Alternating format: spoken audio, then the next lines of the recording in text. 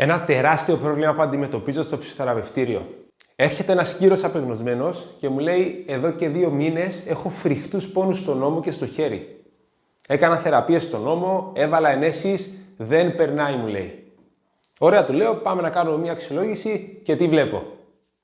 Ο ώμος του δεν έχει απολύτως τίποτα. Αντιθέτως, όλο το πρόβλημα βρίσκεται στον αυχένα του.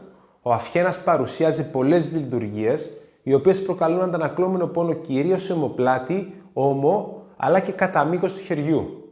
Ενώ στον αυχένα δεν παρουσιάζεται κανένα σύμπτωμα, με αποτέλεσμα ο κύριος να παραπονιέται συνεχώς για τον ώμο του.